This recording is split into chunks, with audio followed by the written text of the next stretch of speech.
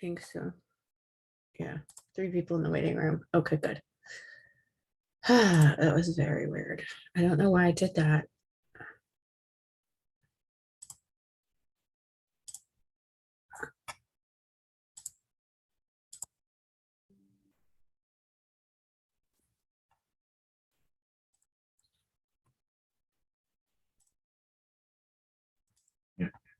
Thank you, I appreciate it.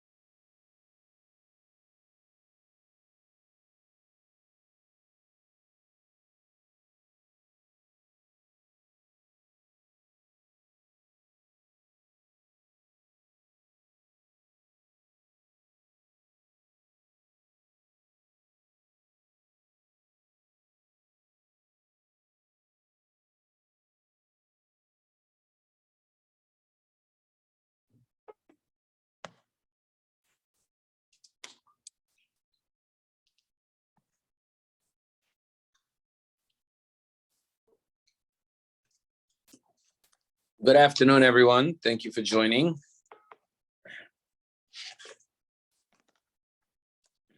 Thank you for joining on this very special day, because today is the 7th day of Adar, which is the birthday and the yahrzeit of Moshe Rabbeinu.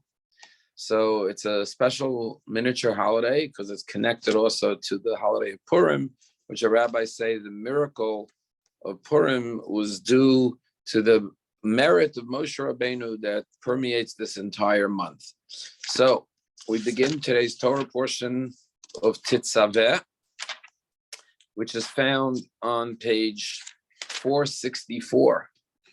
And if you're in the Blue Art Scroll Chumash, it's 464. If it's in any other Chumash, it's the end of chapter 27 in the book of Exodus. So this week's Torah portion is called Tetzaveh. The word Tetzaveh means command, instruct, because it begins with the instruction that Moshe should tell them olive oil as a contribution to the temple, so that the menorah, the candelabra, can be lit in the temple each and every evening by Aaron, the high priest, the older brother of Moshe Rabbeinu, who served as the high priest in the temple. Now, as you know, there were many beautiful vessels in the Mishkan, in the tabernacle, and one of them was the menorah, the candelabra. And who lit the candelabra every night? That was Moshe Rabbeinu. Why did Aaron light the menorah? Because the physical reason is to create light in the temple. But the spiritual reason is because it says that every soul is a candle of God, a flame.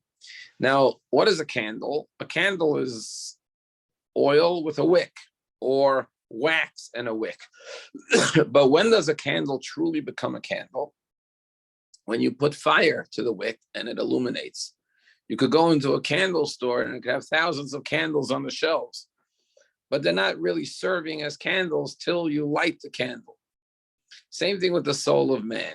The soul of man is a candle of God, but you have to take the light of Hashem, which is the Torah and the mitzvos. Every mitzvah, every passage of Torah is a flame that ignites the soul to burn brightly. And just like a candle that doesn't have a flame is not serving its purpose, it may be a candle, but it's not serving its purpose till it has a fire. So too the soul of man really fulfills its purpose when it has fire. And we all know what fire means. Fire means passion, enthusiasm, a sense of purpose, a sense of vision and meaning to our lives, a goal, a direction, a higher pursuit than just living for the sake of living. As the flame goes upward, the soul of man wants to go higher, yearns to be elevated through good deeds, through Torah, through connection to Hashem and our fellow man. So Aaron, the high priest, served in the temple. Now, the temple, we know, was the first sanctuary, the first synagogue. Today, every synagogue is modeled after the first temple. And why does a Jew go to the temple? To be inspired, to feel closer to God. And Aaron's job as the high priest was to help elevate the Jew. And the Jew came to the tabernacle, to the synagogue, to the temple. Aaron's job was to infuse that fire within the Jew. So the physical task of lighting the menorah was symbolic of the role of Aaron to ignite the souls, the flame of the Jew with passion and love for God. And just like the menorah has 7 branches, there are many branches to the Jewish people. Every soul is ignited differently. I always like to say that a synagogue has to have many portals of entry. One Jew is very inspired by Torah study. Another Jew is inspired by prayer. Another Jew is inspired by acts of kindness. Everyone has their way that they connect to God, because Judaism is very broad. So just like there are 7 branches, it represents different types of Jews who each one needs to be ignited and inspired, and their spark has to be elevated through another form of service. So Aaron was the one who kindled the menorah each and every day, actually every evening. And there's different opinions whether the oil burned till the morning. We know the holiday of Hanukkah, they ran out of oil. After the Maccabees won the war, they had to get new oil, because that could only be the purest olive oil, holy oil, untainted. But the Talmud does say that one of the flames, the western flame of the candelabra, burned continuously in a miraculous fashion and never was extinguished. They could always take fire from the western flame. Because the Torah says, and this is in the very first verse, you shall command the children of Israel, they should bring olive oil, pure olive oil, crushed for illumination, to kindle a perpetual flame, lahalot ner tamid, a continuous flame. So the Torah says it's continuous. So either it means continuous because it was every evening, or it was continuous because there was this western flame that never extinguished. But again, the idea is that you may come to the temple to pray or to study, but it should burn continuously. This passion, this love should be with you 24/7 on an ongoing basis. Feel this love and this connection. Interestingly, one of the things the Torah says is that the oil came from the Torah says the oil came from the olive that was crushed for illumination. Katit lamaor. And our rabbis say the Jewish people are like an olive. The more you crush us, the more oil and light we produce. People always say about the Jewish people that it's remarkable. We've been persecuted so much, and yet we produce so much light in the world. And maybe it's not only not a contradiction, but it goes hand in hand. That maybe what we've experienced, all the crushing experiences, is what produced the greatest light. If you want the oil of the olive, you have to squeeze it, you have to crush it. And that's not only true with the Jewish people, it's true with every person. Someone once said to me, you don't grow from success. You grow from failure, you grow from setbacks, you grow from challenges. They are those experiences of life that force us out of our comfort zone and challenge us to become better. So the Jewish people collectively went through so much. As a result of that, we have produced so much light and illumination in the world. But there's a big question that everyone asks about this week's Torah portion. And I referenced it in this morning's video, so you may have heard a part of it. But what's the very first word of this week's Torah portion? Vi'ata, and you shall command the Jewish people. Who is you? That the verse, who is the you that the verse is referring to? It's referring to Moshe. Moses should command the Jewish people to bring the fresh olive oil. But what's very mysterious about this week's Torah portion is that the name of Moshe is not mentioned even once throughout this Torah portion. Why is this so mysterious? Because from the birth of Moshe at the beginning of Exodus, Shemot, till his death in the last section of Devarim, this is the only Torah portion where his name is not mentioned once. In every other Torah portion, his name appears at least one time, in many portions, multiple times.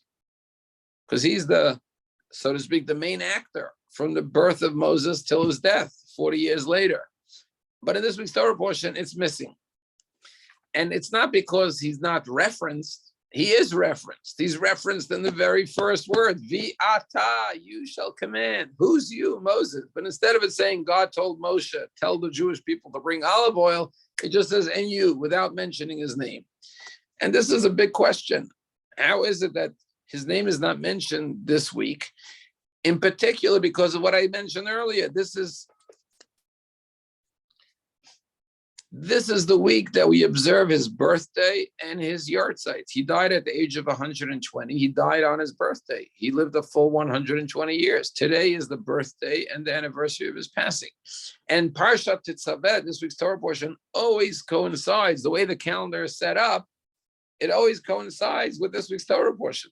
So if this is the Torah portion we read on the week of his passing and birth, his name should have been mentioned constantly, because what do you do on someone's birthday or in someone's yahrzeit? You talk more about them, not less. So why do we go through this 1 week without his name? And there are many, many answers given to this question. One answer is what I mentioned in the video this morning, that your name is only needed for others. You don't need a name for yourself. You know who you are. Your name is like for other people to know who you are, for other people to relate to you, for other people to identify who you are, to call you by your name. But your essence is beyond or deeper than your name. So this week we connect with the essence of Moses, not just his name. You know, a name, let's say you have a name Moshe, right? There are thousands of people with the name Moshe. The name doesn't distinguish you from anyone else. He's Moshe and he's Moshe, but the two Moshes could be very different people. Your name doesn't reflect who you really are. It's just like an identification mark. Now, of course, in Judaism, we believe a name is connected to your soul. The word nishama, the middle letter is a shem, which means name. But the essence of Moses is beyond name. And that's why we connect with the essence. When I say you, it's even deeper than your name. When I say your name, it's just your name. Other people may have your name too. I say Chaim. There may be a lot of Chaims, a lot of Malkas, a lot of Saras, right? But when I say you, there's only one you. So Vi'ata is you. Vi'alta is your essence. So we're going deeper because it's the birthday and the passing of Moses. That's one answer. A second very famous answer is that when the Jewish people worshiped the golden calf, God said to Moshe, you know what, I'm going to destroy the Jewish people and I'll build a new nation starting all over from you. And Moses says, no. You must forgive the Jewish people. And if you don't forgive the Jewish people, God, I will have nothing to do with the Torah. Take my name out of the Torah. God, he actually says to God, you know, we talk about chutzpah, right? Jews are known to have chutzpah. Well, who taught us how to have chutzpah? Moshe Rabbeinu himself teaches it to us. He says to God, if you don't forgive the Jews, macheni na misifracha shekasafta, wipe me out of this book that you wrote. I don't want to be in your Torah. I don't want to be a part of your Torah. In other words, he's giving God an ultimatum. He says, pick. It's me, or if you don't forgive the Jewish people, it's a package deal. I'm with the Jewish people. And he almost compels or forces God to forgive the Jewish people, because he says, if not, I won't be a part of your Torah, because God wanted to start all over with Moshe. So because Moshe said that to God, his name, God did forgive the Jewish people, which means that Moshe's name remains throughout the Torah. But in the Torah portion that coincides with his birthday and passing, his words of wipe my name out of the Torah are fulfilled. His name is wiped out of this week's Torah portion. Why? So the literal reason is because the words of a tzaddik, there's a great power to words. And once you say something, there's an energy in the world that was created. Since Moses said, wipe my name out of the Torah, even though it was conditional, if you don't forgive the Jews, and God did forgive, but it had to be fulfilled nonetheless in one Torah portion, because he uttered the words. So it teaches the power of words. But really what it's saying is something deeper. What it's saying is that when someone passes away, or on a birthday, we talk about a person's greatness, their achievements. What is the greatest virtue and attribute that Moshe Rabbeinu possessed? Even greater than his love for Torah and his love for Hashem was his love for the Jewish people.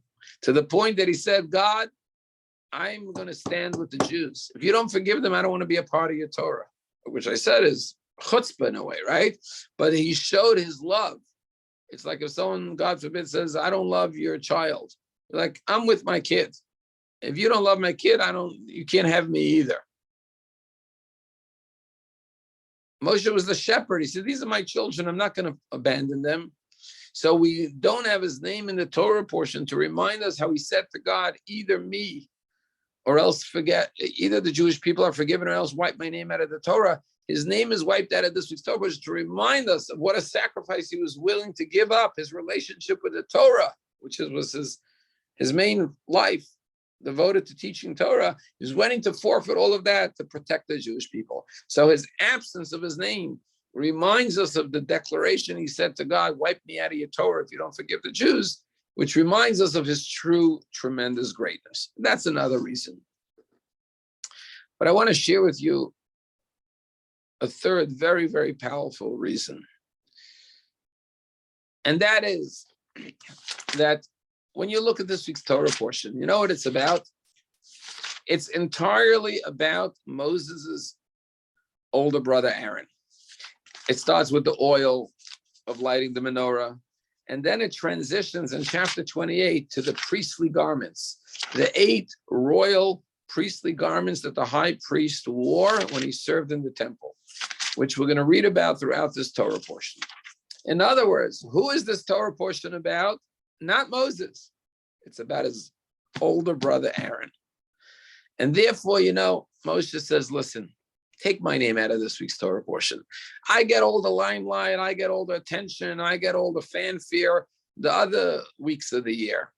It's all about me, Moshe, Moshe, Moshe. Everything's about Moshe. This week is about my brother. It's my brother's Torah portion. Let me step aside, give him all the recognition, all the honor. It's not about me this week.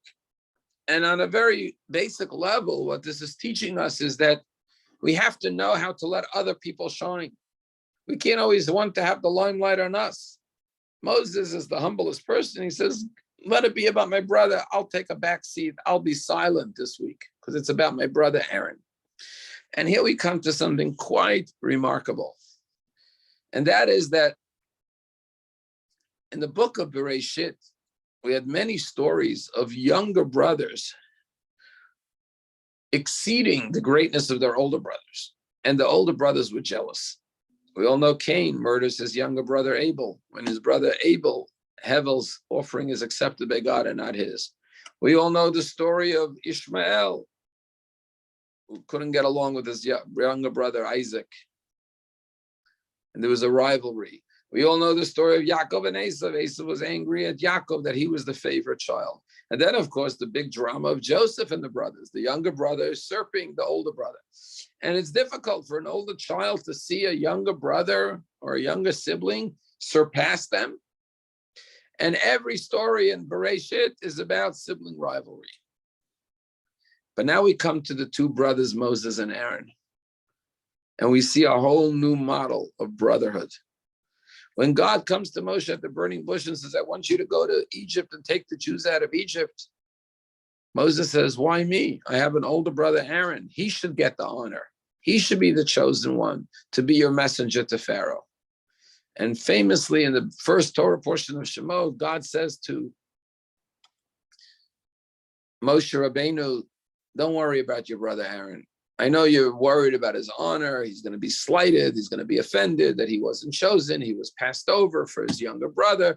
Maybe a repeat of all the other stories of the Torah, sibling rivalry. No. Here's the words God says to Moshe.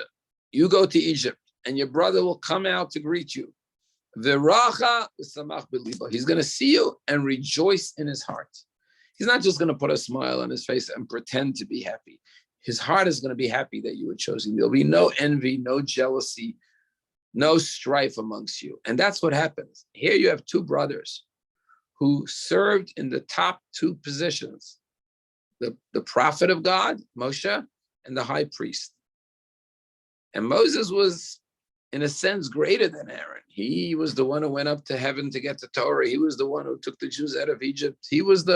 No one who reached the level of Moses. As great as Aaron was, Moses was greater. But they worked hand in hand. And the older brother, Aaron, was not envious of his younger brother. And therefore, Moshe Rabbeinu says, I want to honor my older brother. My brother who was happy to see me be chosen to be the leader, showed no envy or jealousy towards me. I want him to have all this recognition in this week's Torah portion. I will step aside.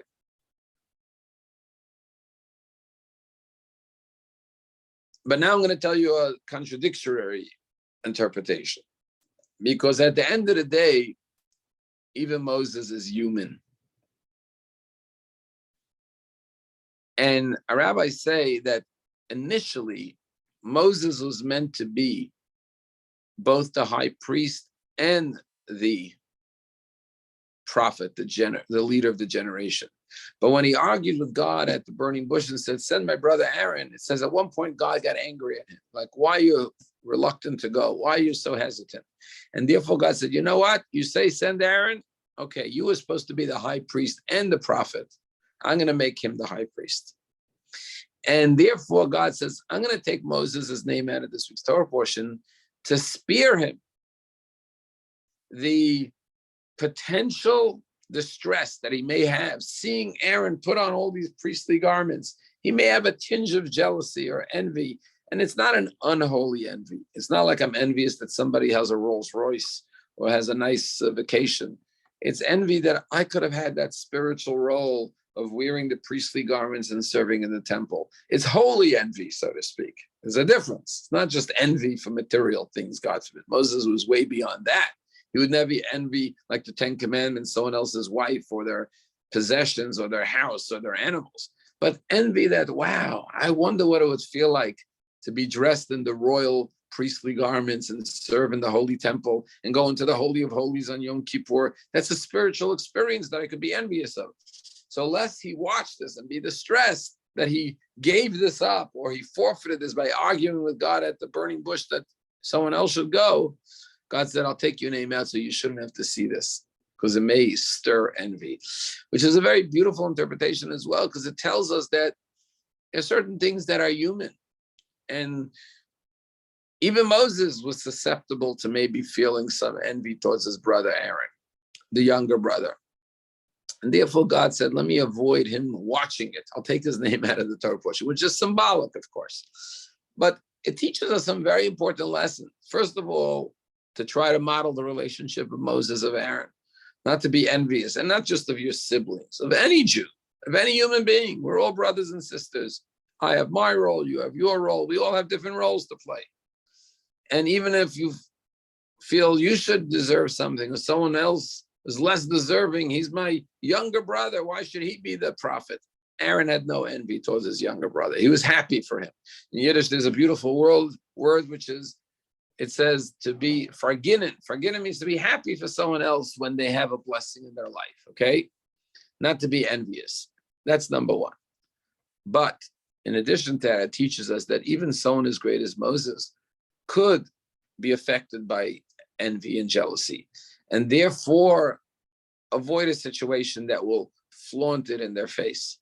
And what it teaches us is that if you have blessings in your life that maybe not everyone else has, there's no need to dangle it in front of people. There's no need to flaunt it.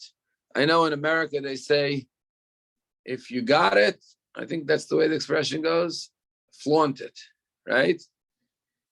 And the Torah would say just the opposite. Be modest, be humble. Realize that people may feel distressed. You're showing off whatever you're showing off. People may be distressed. You don't have to reveal everything that you have going for you in life. Enjoy it. Be grateful. Be generous with what God gave you. But why do you have to put it out there for everyone to see or know about it? Maybe you think, oh, it's so wonderful. I'm just showing everyone this wonderful thing I have. But maybe you're causing someone else pain. Maybe someone else is looking at that and saying, and you're reminding them what they don't have or what they wish they had. So that person could be as great as Moses, but he could be affected too. And it doesn't always have to be material things, even spiritual things. So there's a very fine line, and we have to be very careful. And that's the lesson of the beautiful story of the two brothers, Moses and Aaron, how each one was respectful and sensitive to each other.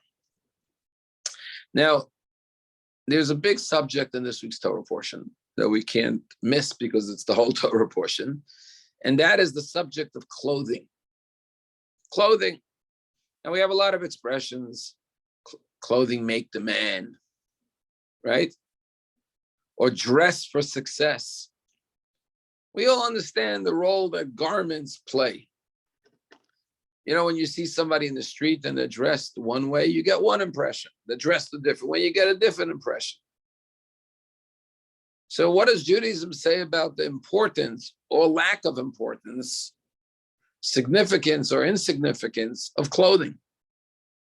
So the first thing Judaism obviously says, Jewish law says you should always dress clean. That's a law. You shouldn't be dirty clothing. Why? Because it's not respectful to yourself. Your body is in the image of God. You should wear something nice, something clean. Jewish law also talks about modesty. Now, modesty doesn't just mean not exposing too much of your body. Modesty also means not flamboyant, loud, drawing attention to yourself. Because what's modesty? When a person doesn't dress modestly, by the way, modesty is not only for women, it's for men too. It's not just for women. Because when you expose too much of your body, you draw unnecessary attention to yourself, and you're drawing attention to the wrong things, to your physical, not your essence. The same thing with clothing. When I wear very flamboyant garments, and garments doesn't just mean physical clothing. Your car is a form of a garment. Your house is a form of a garment. It's an outer protection and reflection of you. But when you draw so much attention, what you're really saying is, I want you to love me, respect me, and value me because of my material side rather than my spiritual side. Why do you want people to know you and love you? Because of your intelligence, because of your kindness, because of your character, or because you have expensive clothing or jewelry or whatever. And also clothing, they say clothing make the man, but the truth is clothing can fake the man, not make the man. They fake the appearances could be fake. The best example is there could be a murder trial and they bring in the defendant to his trial. I think there's a murder trial going on in America now. I don't know if he's innocent or guilty, but when he comes in, he looks like a distinguished person with a suit and a tie.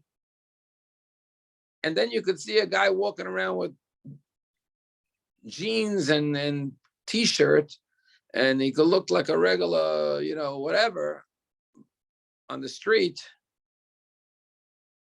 You could think he's some bum or some homeless guy. I don't know what you think about him. He looks like a nobody, and he could be the most incredible human being. So don't judge a book by its cover. Don't judge a person by their clothing. It's a terrible mistake. You could A person could appear honest and good and righteous, and there could be some, and a person could seem like a nobody. They could be one of the 36 hidden tzaddikim in the world. So never judge on externalities. So that's one reason why you shouldn't focus on clothing.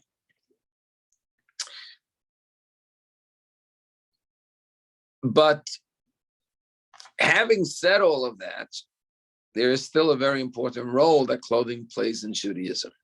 So in our lives, we know that on Shabbat, we wear beautiful clothing.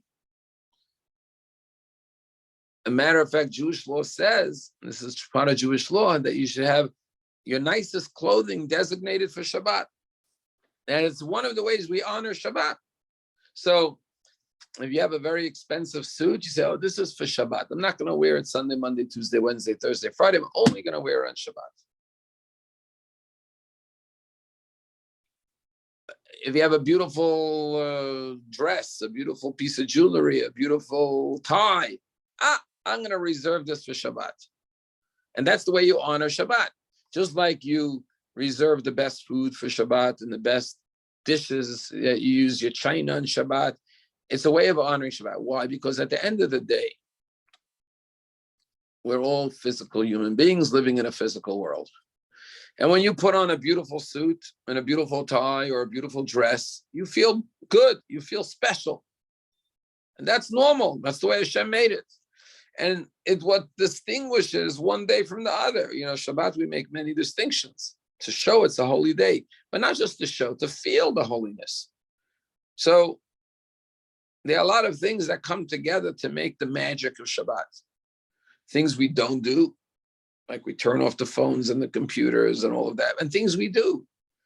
So there's a difference if you're sitting down to a tuna fish sandwich, or you're sitting down to a beautiful Shabbos dinner with gefilte fish and salads and chrein and wine and beautiful dishes and beautiful cutlery, and it creates an environment. So clothing don't matter. They don't matter to God, because God looks at who you are. That's true. But it matters to me and you. When you walk into a room and everyone's dressed beautifully for Shabbat, you feel the specialness of Shabbat. If everybody came to shul on Shabbat with T-shirts, with different slogans on their T-shirts, it wouldn't feel like Shabbat. Wear a nice white shirt or a blue shirt, doesn't matter what color, but it's a nice button-down shirt with a tie. A woman wears a nice dress. There's an elegance that elevates Shabbat.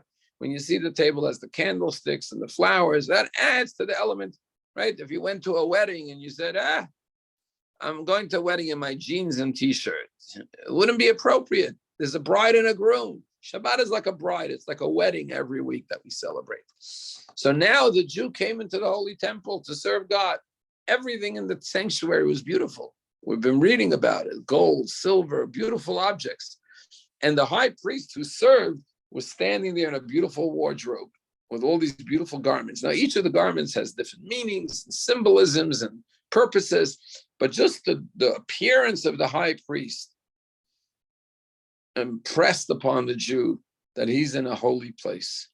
And the person who is ministering in this temple, which is the high priest, who's the agent and the servant of God serving in the temple, had this aura of honor, but it wasn't his honor. It was the honor of the place he's in and the honor of Hashem. So going back to a wedding, when I put on a tuxedo to go to a wedding, or a woman puts on a beautiful gown, she's not putting it on, or he's not putting it on so to honor himself. He's doing it to honor the bride and the groom. I'm coming to the most special evening of your life, the night of your wedding. I'm going to honor you by showing up in a way that brings honor to your celebration. The high priest showed up to work every day in a special wardrobe, priestly garments with a hat and a robe and everything special to show honor to the place he was serving in the temple and to Hashem. And when the Jew walked in and saw that ambiance, saw that environment, he immediately felt the awe. And that's why our synagogues have to be beautiful. And Shabbat, those that come to Shul Shabbat know I wear a special black coat.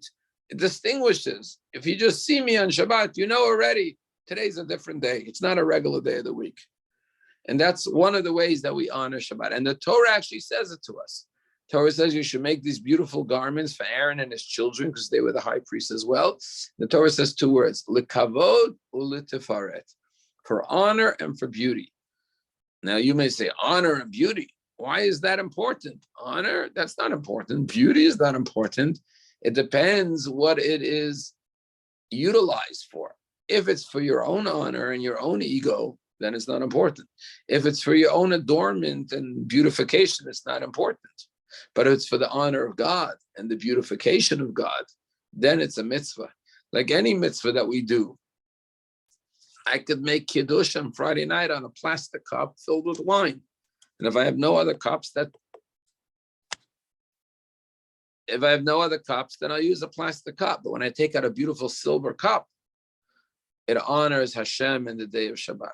So yes, there is a need for beauty and honor in the service of God. Now the question you may ask yourself is, 1 minute, if honor and service of God is important and we need to have beautiful garments for the high priest, why only the high priest? We don't find that Moshe Rabbeinu had a special wardrobe, special clothing. God doesn't say, Moses, as the leader of the Jewish people, you should make special garments for Moshe Rabbeinu. We don't even know what Moshe Rabbeinu wore. He was probably wore a robe or whatever everyone else wore. There's nothing unique, distinct about the garments of Moshe. What did Abraham wear? What did Sarah wear? What did Isaac? All the great leaders. What did King David? Well, King David was a king, so we know he wore a crown maybe. But why only Aaron? Why not Moshe Rabbeinu? And here we have the two models of leadership, the high priest and the prophet. Moshe is the prophet and Aaron's the high priest. Why do we need both? Remember I said that originally there were going to be one role, but then God made it two roles. What is the idea of these two different roles? And the answer could be understood perhaps as follows. Today is the passing day of Moshe Rabbeinu. Now, in certain institutions, like in kingship, who takes over the throne after the king passes away? The son, the prince, right? Like King Charles is now going to become the next king, right? They don't go looking for the most qualified king. It's genetic. It's like it's a dynasty. It's in the family. The high priest was that way till today. If you're a Kohen, you come to shul, you get the first honor. Why? Because you're a great, great, great, great, great grandchild of Aaron. Are you more special if you're a Kohen than every other Jew in the synagogue? Why do you get the first honor every week? Why give so many honors to a small group of people? It's family dynasty. It's not based on your own worthiness. It's based on your lineage. But then you have Moses. One of the things about Moses, he had two sons, Gershon and Eliezer. Have you ever heard of them? Yeah, when they were born, they were named Gershon and Eliezer. But you ever hear of them as great Jewish leaders? No, because unfortunately they didn't become like their father. Joshua took over for Moses. Joshua wasn't his son, but he was the most qualified disciple of Moses. So what you have here is two forms of leadership. Leadership, which is based on your own personal qualifications. Moses was chosen because of who he was. He stood up, he defended Jews, he emerged as a great leader. And therefore, the next great leader is the next leader. And it was Joshua, Yahushua. It wasn't his own children. His own children were passed over for leadership. But then you have the Kohen. The Kohen is an automatic chain of lineage. And they're both true. Because you see, when you talk about a leader, right? Let's take the president of the United States, right? There's the personality of who the president is. Different presidents have different qualities. Some are greater, some not so great. Different strengths of leadership, right? And I'm not getting political. I'm just saying there's no two human beings are alike. Prime Minister of Israel. There's all different types of prime ministers, right? There are many positions that are filled by different people that are different. They're not all the same. But you know what's always the same? The office, the institution. And when you respect the president, you're not just expecting the individual. You're not just respecting Joe Biden or whoever is the president at that time. You're respecting the office of the president of the United States of America. You know, when the president speaks anywhere, they have a podium. And on the front of the podium, there's an insignia. And what does it say? The president of the United States of America. Doesn't matter who it is. You have to respect the office, the position, the institution. That is always has to be respected. And that's what the high priest is. Who's the high priest? Now it's Aaron, it'll be somebody else. But this is the office of the high priest. And whoever's the high priest wears these special garments. It's very much like the institution of any office. This person holds this position, and that never changes. As opposed to individual leadership, is not based on the, so that position needs externalities, special garments to indicate this is it. Same thing is true with the Kohen. Moses, that's a personal, their own personal greatness that led them to that position. And it's more not the institution, but the person themselves that earned that role to be the prophet, the Moshe Rabbeinu of the generation. And every prophet is different because every prophet speaks a different form of prophecy. But you know, the Kohen in the temple did the same thing every day, the same services, the same sacrifices. And the next Kohen did the same thing. Certain things in Judaism never change. It's day in, day out, identical. That's like the role of the high priest, continuous. But then there's each leader, each generation. Every generation has its own challenges, has its own uniqueness, its own particular message that it needs to hear. The prophet is the one to bring the message to the people of that generation. You see, what happens in the temple, and today we have the synagogues, it's continuous throughout all the generations. It doesn't change. Today we have prayer as a substitute of sacrifices, but it was the same sacrifices every day. Every Shabbat was the same sacrifice. You know, even when you come to shul today, right? Just to give you a miniature understanding, right? You come to shul, right? It doesn't matter what happened that week in the world. It's the same Shabbat service. We don't say this week we're going to do these prayers because this is what happened this week in the world. No matter what happens, we say the same prayer every Shabbat. And every weekday we say the same prayer. And every Rosh Chodesh we say the same prayer. And guess what? Not just in our synagogue, in every synagogue in the world. And not just in our time, but the Shabbat service we say today, 100 years ago they said it in the Shabbat synagogue services, and 200 years ago and 300 years ago. And it's the same Shabbat service for thousands of years. Nothing changes. But what the rabbi talks about in the sermon, that's very different because every rabbi is different. So there's a different message. And every rabbi may choose a message for his congregation based on what that community is experiencing that particular week. So there's parts of Judaism that is identical everywhere. It's uniform. Everyone wears the same thing. Everyone does the same thing. They're consistent or they're constant. They're regular.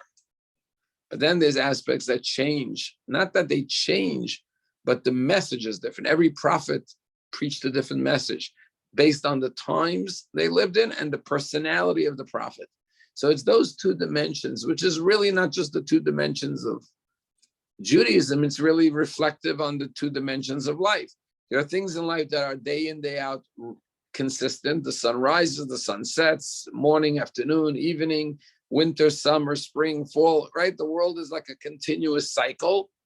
On the other hand, there's a linear progression, always changing from generation to generation based on the circumstances. And that's the duality of Moses and Aaron, and both are necessary. And, you know, the idea is that no one person can encapsulate, encompass all of the qualities. You always need, you know, right hand, left hand, right brain, left brain. Not that one is right and one is left, but the point is that we need, you know, you need a team of people to accomplish things. Why? Because every member of the team has a different strength, and combined, it can be achieved. And that's, instead of envy between Moses and Aaron, like the other siblings, Moses and Aaron realized that they are a team, and only their combined strengths could achieve the objectives and the goals of what is necessary. And I just want to point out one of the garments, we're not going to have time to talk about all 8 garments on Shabbat. We'll get into more of it. But one of the most impressive garments was the breastplate. I mentioned it yesterday in the daily video that Yale University adopted it as their coat of arms, their insignia, the Urim v'Tumim, 12 gemstones with the 12 tribes of Israel, each one on a different gem, very beautiful. And we talked about what that is all about. The word of God would come to the high priest. But the Kohen, when you look at the picture, and if you want to see it, it's on page, if you're in the Blue Art Scroll Chum, which is page 469, had these 12 boxes on a breastplate that he wore. You know how, like, when we take the Torah around, sometimes there's a breastplate on the Torah? He had a breastplate. He had a breastplate on his chest with the names of the tribes: Reuven, Shimon, Levi, Judah. And you know what our rabbis say? Something so beautiful. Our rabbis say, the heart that rejoiced when his younger brother Moses was chosen. Remember, I told you when Moses was chosen, God said he's going to rejoice in his heart. Let that heart wear the names of the tribes of Israel on it. So whenever Aaron went to pray for the Jewish people, he was always reminded who he's praying for. He's praying for the 12 tribes of Israel, the whole family of Israel. And it was on his heart to always remember to keep them in his heart and on his heart. And it was such a heart that was so pure. No feelings of envy or jealousy, only love for his younger brother being chosen. No ego. That was the heart that was going to carry the prayers of the Jewish people. And that's what a tzaddik, like a prophet or a Moshe Rabbeinu or a high priest, is all about. Today we don't have high priests, we don't have prophets, but we have great Jewish leaders. Of course, I think of the Lubavitcher Rebbe, who always carried on his heart, the love of the Jewish people and the concern for every Jew. It didn't matter which tribe you came from, which segment, every Jew. There's a beautiful story. A woman once came to get dollars. The Rebbe would give out blessings with dollars for charity. Everyone knows this on Sunday mornings. And a woman came and she told the Rebbe her problem. The Rebbe gave her a blessing and a dollar, and then the woman started to repeat herself a second time. The Rebbe listened, gave her a second dollar and a second blessing. And then the woman said it a third time. She couldn't get it off her chest enough. She kept on repeating it. And the Rebbe's secretary wanted to move the line along because a lot of people waiting. The Rebbe spent the whole day and he was worried about the Rebbe's time and energy. So he sort of gave the woman like an indication, like, come on. The Rebbe heard you, he blessed you, and you could push her off. Like, nudged her to go on. And the Rebbe looked at Rabbi Groner, who was his secretary, who was handling the situation, urging the woman to move, with a very stern, sharp look. And he realized the Rebbe was not happy. Later, when they finished the whole day, the Rebbe would stand all day, 6, 7, 8 hours, meeting thousands of people. And when they went back into the office, at the end of the day, Rabbi Groner would help the Rebbe in, and he apologized to her. He said, I'm sorry, I saw you weren't happy. I pushed this woman along, but she had said 3, 4 times already what the problem was, and you had responded, and I felt it was time to move on because there are a lot of people waiting, and the Rebbe's standing all this time. And the Rebbe said this in Yiddish, but I'll say it in English. The Rebbe said to Rabbi Groner, when a person comes to me with their problem, and they tell me their problem, and they get a blessing, in Yiddish, there says, "Ze nemen arap a stein von Herzen." They're taking a stone off their heart. And the Rebbe said, every time they repeat their problem, "Ze nemen arap noch a stein von Herzen." They're taking another stone off their heart. And the Rebbe said, "Was art is there? Why does it bother you if a Yidden, a Jewish woman, wants to take another stone off her heart? Let her say it as many times as she needs to say. She obviously is in so much pain, she needs to repeat it again. You're helping her alleviate a burden." That was the love of the Rebbe. He wasn't concerned about his time or his strength. He was worried about helping alleviate the burdens of the Jewish people. And this is what Aaron, the high priest, did. He carried the names of the Jewish people on his heart constantly. One last thought before we go, and that is, one of the things it says in this week's Torah portion is that you should bring one offering in the morning, one offering in the evening. There was the daily offering that was brought, a lamb in the morning, a lamb in the afternoon. It was a communal sacrifice for the whole Jewish people. Today we have the morning and the evening services, Shacharit and Mincha, afternoon, late afternoon. They correspond to these two daily sacrifices that were in the temple, because we have a synagogue, which is a replica of the temple, but we don't have sacrifice. We have the prayer. We have prayer instead. But I want to tell you something very fascinating. The Talmud says, what's the most important verse in the Torah? And there's different opinions. One says, Shema Yisrael, Hashem Lokeinu Hashem Echad. Hero is the Lord is a God, the Lord is one. This is the most important prayer, verse in the Torah. And one says, no.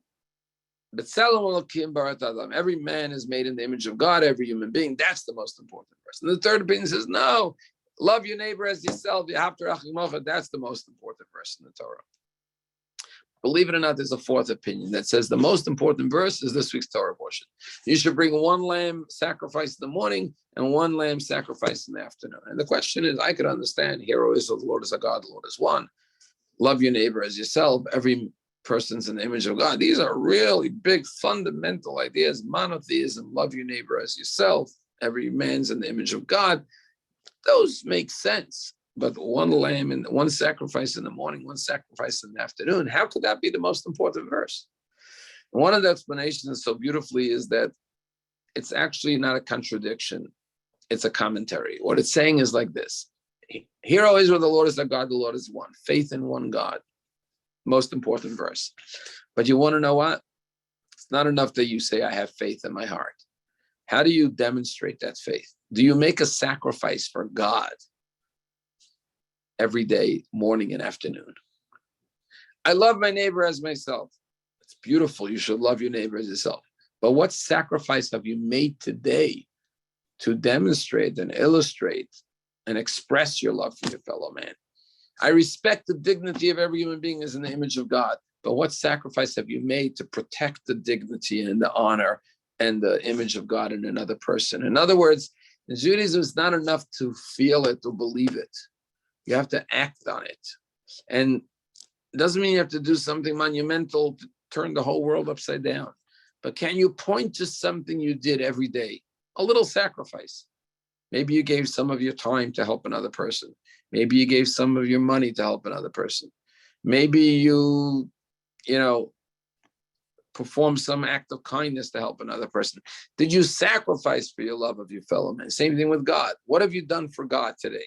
What did you do exclusively for Hashem? Did you put on your tefillin? Did you say a prayer? Did you do a mitzvah? You have to make daily sacrifices. And it could be one little sacrifice in the morning, one in the afternoon. But ultimately, it's cumulative. It adds up. And what did you do to protect the honor and the dignity of every human being in the image of God? And that's why the fourth opinion says, yeah, all very good. But make sure you're making that daily sacrifice every morning and every evening. Wishing everyone a wonderful day. And thank you all for joining the class. Sorry I didn't get to the comments. I know I see there were a couple of comments. Let me do it quickly, see if there's anything I can comment on. Is it what about musical talent? Is that intelligence or essence? Okay. There seems to be a question about musical talent. It's an expression of your essence, and it's not a garment. It's an expression of your essence. And that's why there are those who only want to hear music from authors and composers that were righteous people, because music is not just objective or detached. It's a subjective expression of someone's soul. So when you're listening to music, whose soul expression are you internalizing? If it was a melody composed by a great tzaddik, then his neshama is being imbued into you through his melody. But if you're listening to a song composed by some artist who doesn't have the highest moral and righteousness to them, it's their soul expression. And even though it's just music, it's not just abstract. It's someone's spiritual expression of their soul, but they compose this music. So you may want to be careful about whose music you're internalizing. So I would say music is an expression of your essence, not just a garment. Have a wonderful day, everyone, and thank you for joining.